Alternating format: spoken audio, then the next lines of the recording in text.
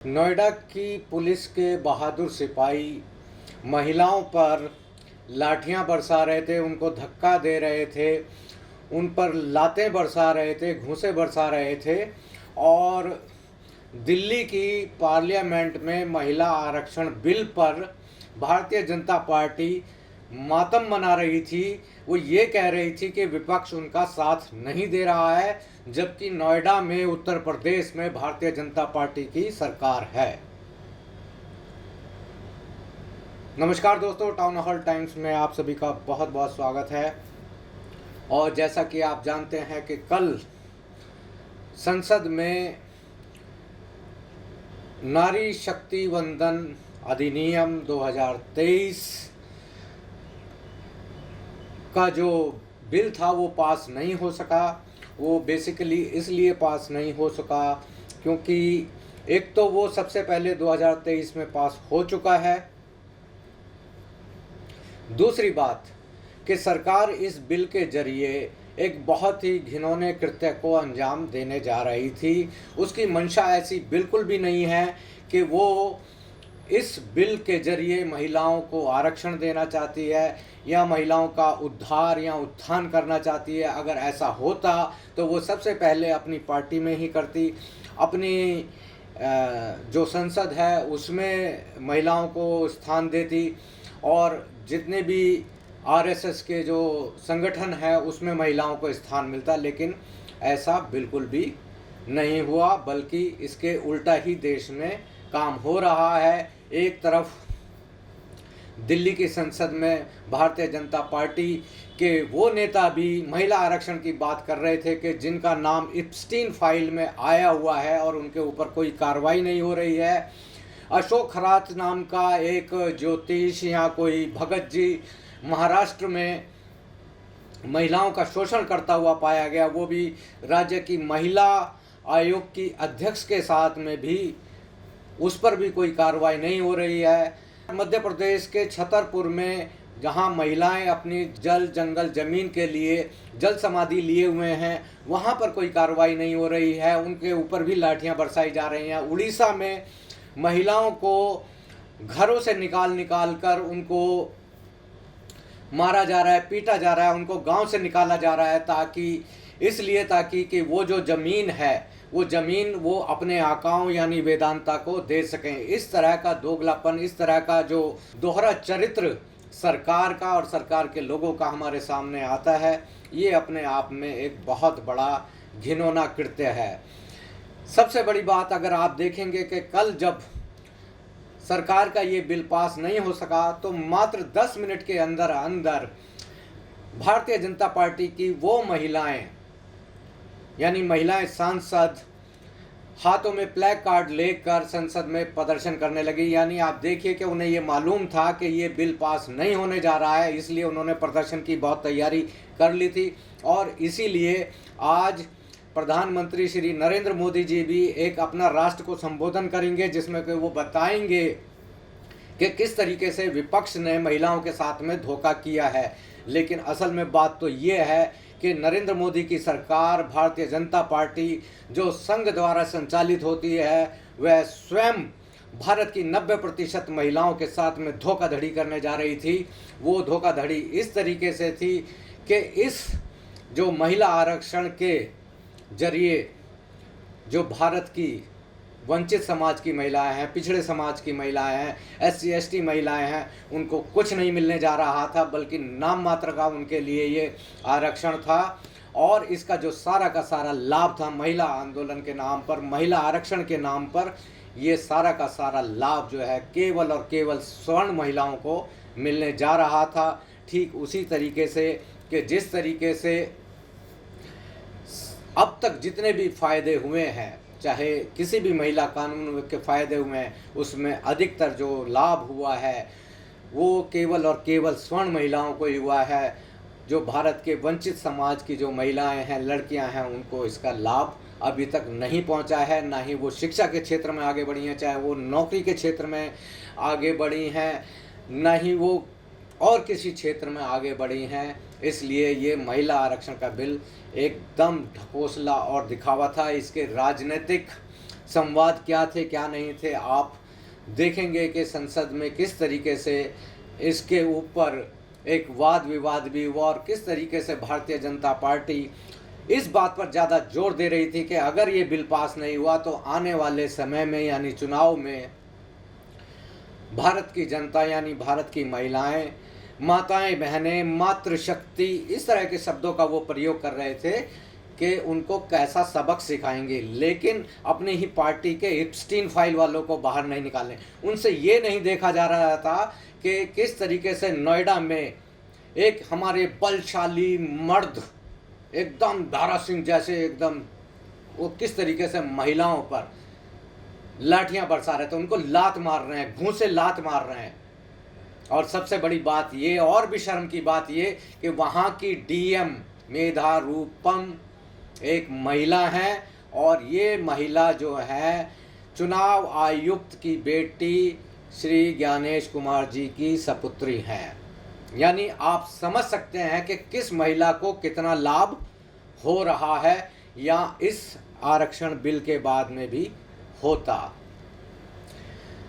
दोस्तों, अगर हम महिला इस बिल की ही बात करें तो वैसे तो ये 1996 में ही यूनाइटेड फ्रंट की सरकार में पेश हो गया था और उसके बाद से जो सभी जो सरकारें थीं या विपक्ष की सरकारें थीं, चाहे वो सरकार में शामिल थे, वो लोग यही कह रहे थे कि इस बिल में SC ST महिलाएं और OBC महिलाओं को अलग से आरक्षण दिया जाए, यानी कोटे में से कोटा दिया जाए। वो सिर्फ इसलिए कह रहे थे कि इसका जो लाभ है वो तभी मिल पाएगा इन लोगों को जबकि इनके कोटे में से कोटा इनको दिया जाएगा, अदरवाइज़ इसका लाभ इनको नहीं मिलना था। क्योंकि अगर लाभ मिलना होता, आप देखिए कि भारत में किस तरीके से जब बाबा साहेब डॉक्टर BR अम्बेडकर ने 1956 में हिंदू कोड बिल लाए और सबको समान अधिकार दिया। और सबसे बड़ी कमाल की बात यह है कि भारतीय जो संविधान है वो समानता पर ही आधारित है।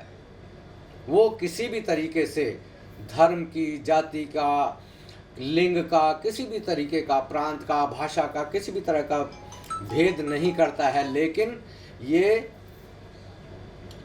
इसका जो लाभ है अभी तक भारतीय महिलाओं को नहीं मिला।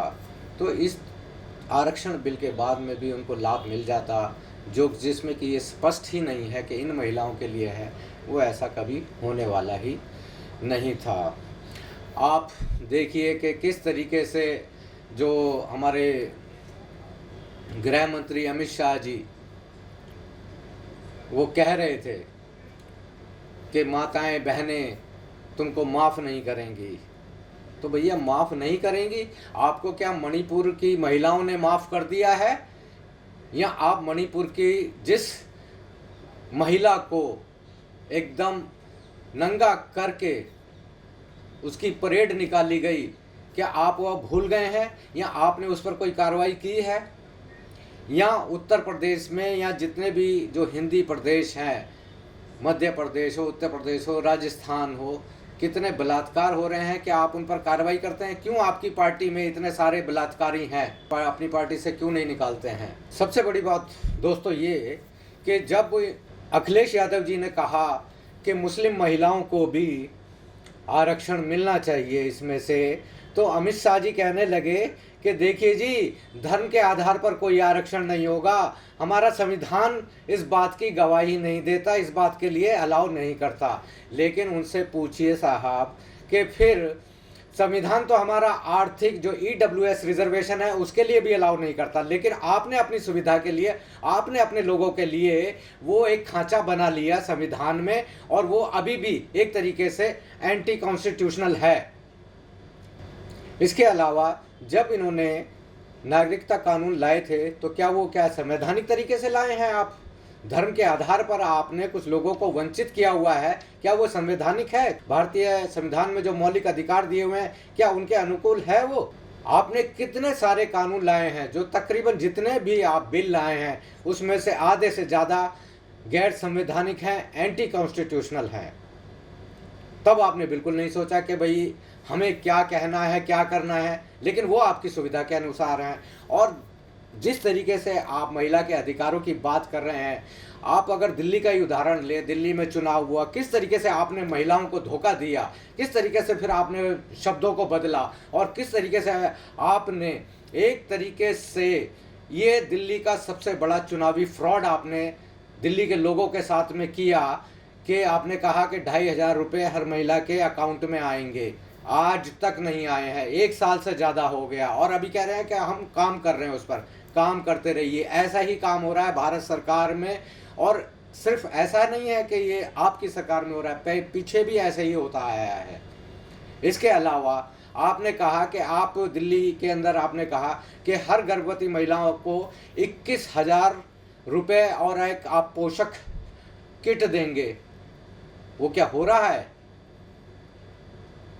तो किस तरीके से आप महिलाओं को ठगते आए हैं, चाहे दिल्ली में डीटीसी बस का मामला हो या किसी भी महिलाओं से संबंधित कोई भी मामला हो, उसमें आपने सब कुछ धोखा ही धोखा दिया है महिलाओं को। तो इसलिए महिलाएं किसको सबक सिखाएंगी, किसको सबक नहीं सिखाएंगी, ये तो आने वाला वक्त ही बताएगा कि क्या करना है, क्या नहीं करना है। लेकिन ये जो बिल था, ये गैर संवैधानिक होने के नाते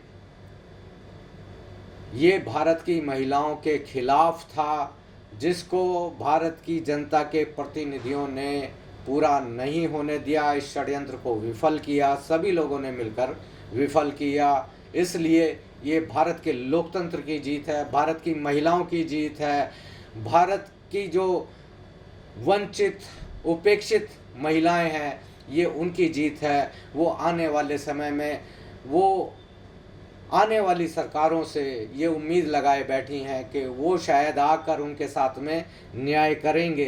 हालांकि भारतीय राजनीति में किसी भी तरह की कोई भी गारंटी नहीं दी जाती। नरेंद्र मोदी की जगह कोई दूसरा छोटा नरेंद्र मोदी आएगा, यानी अब हमारे पास में सिर्फ और सिर्फ एक ऑप्शन है कि एक छोटा चोर है और एक बड़ा चोर है। इन चोरों के अलावा कुछ भी नहीं है भारतीय राजनीति में। तो आप देखते हैं कि किस तरीके से महिलाओं का आने वाले समय में कुछ उद्धार होगा भी या नहीं। विपक्ष का कहना है कि डिलिमिटेशन के जरिए ये अपने अपने लाभ के लिए विधानसभा के क्षेत्र हैं या लोकसभा के क्षेत्र हैं, उनको अपने तरीके से ये डिज़ाइन करेंगे, कहाँ से इनको कितना लाभ मिल सकता है। ये एक बहुत बड़ी बात थी, यानी कि महिला आरक्षण की आड़ में ये कुछ और करने जा रहे थे। दूसरी बात, जब महिला आरक्षण की बात हो रही थी तो उसके पहले कोई ऐसा प्रारूप, कोई ऐसी चर्चा, कोई ऐसा पेपर प्रेजेंटेशन होना चाहिए था कि जिसमें सबसे पहले ये बताया जाता कि किस राज्य में कितनी महिलाएं हैं, किस किस जातियों की हैं, उनकी शैक्षिक स्थिति क्या है, उनकी आर्थिक स्थिति क्या है, वो नौकरी में कितना है, वो शिक्षा के क्षेत्र में कितनी है, या वो स्किल्ड लेबर कितनी है। ये तो सब किसी को मालूम ही नहीं है। बस बिल पास करना है, बिल पास करना है। ये तो वही बात हो गई, गुलेल बनाऊंगा चिड़िया मारूंगा। राहुल गांधी जी ने बताया भी किस तरीके से जादूगर की बाजीगरी। तो ये बेसिकली जो बिल था वो एक तरीके से देश की 90% महिलाओं के खिलाफ एक षड्यंत्र था जो गिर गया संसद में।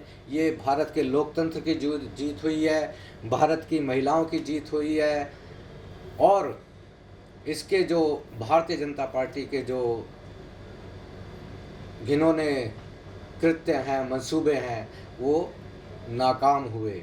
और सबसे बड़ी बात यह है कि इस बिल का जो गिरने का जो मातम मना रही हैं वो सिर्फ वो महिलाएं हैं जो इस बिल का यानी इस व्यवस्था का लाभ उठा रही हैं, बल्कि वो महिलाएं बिल्कुल भी नहीं हैं कि जिनको अभी लाभ मिलना बाकी है, जिन तक सुविधाएं पहुंचना बाकी हैं। तो इसलिए ये एक बिल षड्यंत्र का रूप था जो गिरा। ये बहुत अच्छा हुआ, भारत की 90% महिलाओं के हित में गया है, ये बहुत अच्छा हुआ।